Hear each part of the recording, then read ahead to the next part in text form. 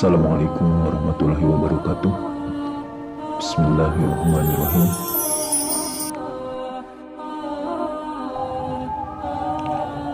Dari Jabir bin Abdullah radhiyallahu anhu, Rasulullah SAW bersabda, penghubung antara seseorang dengan kekufuran adalah meninggalkan sholat. Hadis riwayat Ahmad Muslim.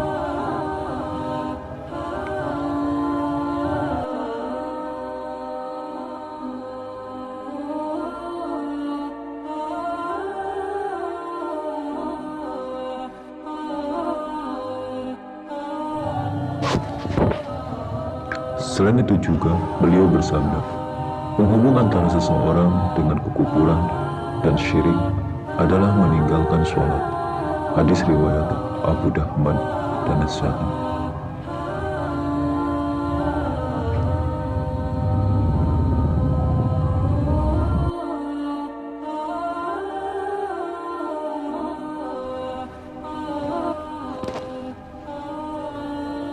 Dengan lafaz, tidak ada pembeda antara seseorang hamba dengan kekufuran kecuali meninggalkan sholat.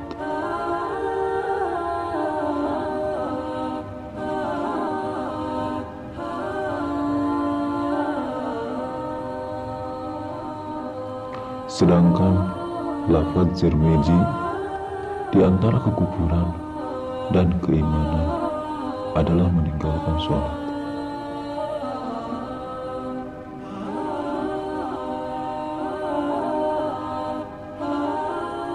Dan lafaz Ibnu Majah menyebutkan, pembeda antara seorang hamba dengan kekufuran adalah meninggalkan sholat.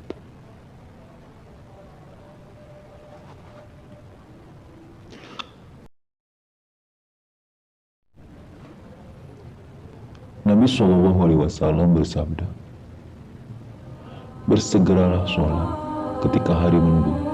Barang siapa meninggalkan sholat dapat menjadi kufur. Maksudnya, jangan sampai karena cuaca mendung membuat kita tidak mengetahui waktu sholat yang tepat, sehingga sholat terlewatkan meskipun dapat mengkodoknya. Hal itu termasuk meninggalkan sholat. Betapa keras sabda Nabi SAW, sehingga beliau berfatwa bahwa orang yang meninggalkan sholat jatuh dalam kekufuran. Meskipun sebagian ulama berpendapat bahwa hukum kufur dijatuhkan kepada orang yang meninggalkan sholat. Bagaimanapun juga, ancaman ini sangat keras.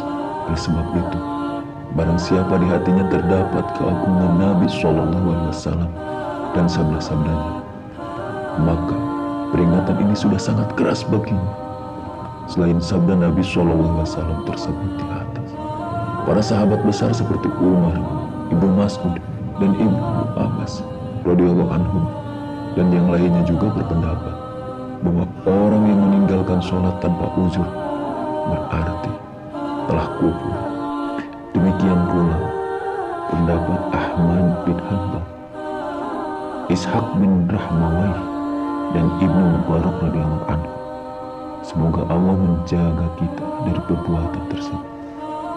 Amin.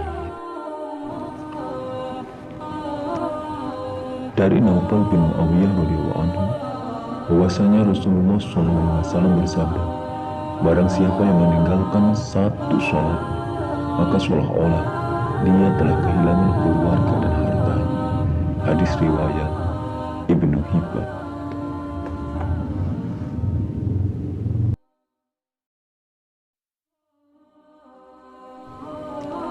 Melalaikan sholat biasanya terjadi karena sibuk dengan urusan anak-anak atau karena terlalu berambisi mencari harta benda.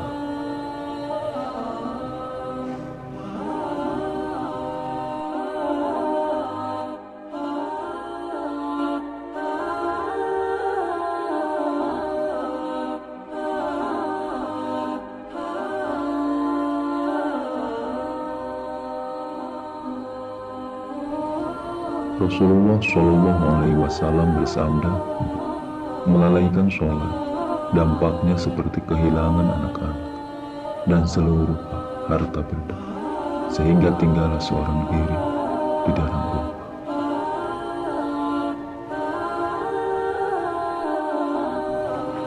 Maksudnya, seberapa banyak kerugian dan kemalangan yang dialami seseorang akibat kehilangan seluruh harta dan keluarga, maka seperti itulah kerugian dan kemalangan seseorang yang meninggalkan satu salatnya. Begitu juga sejauh mana kesedihan seseorang akibat kehilangan seluruh harta dan keluarganya, maka seperti itu juga kehendak merasa karena meninggalkan satu salat. Apabila ada orang yang dipercaya dan diyakini kebenaran kata-katanya berkata kepada seseorang bahwa di jalan itu rawan perampokan dan orang yang melewati jalan itu pada malam hari pasti akan dan diambil hartanya